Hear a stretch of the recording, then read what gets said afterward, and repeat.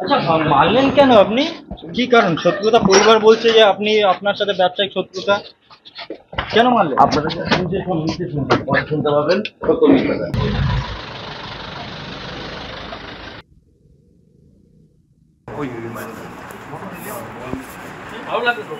এই দিক দিয়ে নামো কাকা।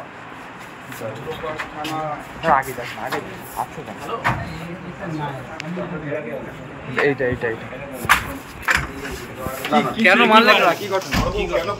এটা সম্পূর্ণ মিথ্যে, সম্পূর্ণ মিথ্যে। এটা সাজানো হচ্ছে। এটা আমার নামে অভিযোগ থাকলে আপনারা সবই জানতে পারবেন, সবাই জানতে পারবেন। খুবই দুঃখজনক ঘটনা, যেভাবে হত্যা করা হয়েছে, যেভাবে 4-5টা বুলেট তার শরীরে ঢুকেছে। যারা করেছে আমি তাদের দৃষ্টান্তমূলক শাস্তি দাবি করছি। পুলিশ প্রশাসনের সঙ্গে আমাদের নিয়মিত যোগাযোগ আছে, আমরা যোগাযোগ রাখছি। নিশ্চিতভাবে বিধাননগর কমিশনারেটের যারা আধিকারিক আছেন তারা নিশ্চিতভাবে খুব ভালোভাবে যারা আসামি আছে, যারা এর সঙ্গে জড়িত আছে, তাদেরকে খুঁজে বার করে দৃষ্টান্তমূলক শাস্তি তারা দেবে, এটা আমাদের আশা। ব্যবসায়িক একটা এখনো নাম পাওয়া যাচ্ছে, ওরা কি নামে?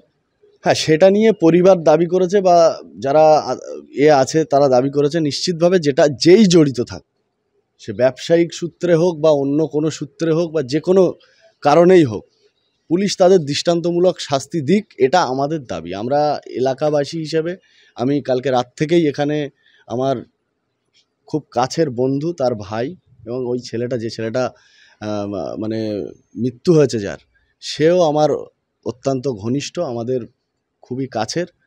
আমরা কাল রাত থেকে এখানে আছি।